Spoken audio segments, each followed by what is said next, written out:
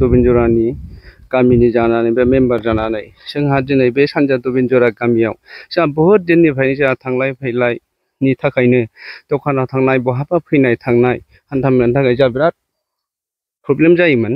दा बेहाय दिनै उसक गयारि सारा बेहाय जा अनसुंथाइ हरदों, जा एसे गुना बायनो जा एसेब्लाबो अनसुंथाइ हरदों जोंनि रायजोनि मुङाव, जों बेखौ जों बे सारनिसिम जों गोजोननाय जासिदों। जों रायजोनिफ्राय आं रायजोनि जानानै आं बेखौनो गोजोननाय जासिबाय।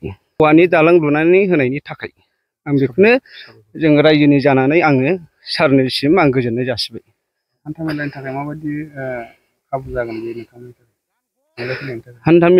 हान्थामेला थांलाय फैलायनि थाखायथ' जों दा बिराद उसुबिदा, जाहाथे इयुनाव बेनिफ्राय आरो साबसिन आरो सोर अनहरबावोबा जों रायजोनि जानानै बिराद गोजोननाय थाबावगोन आरो जा थांलाय फैलाय हान्थामेलानि थाखाय।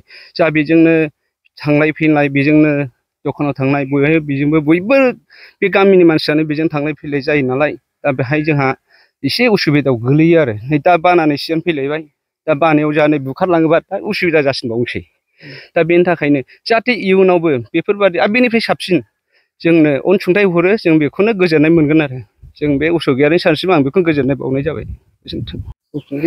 आं दा नैबे जोंनि सानजा दबिनजरा गामिनि सासे दैदेनगिरि, आं गावबुरा जानानै आङो गामि सामलायगिरि हिसाबै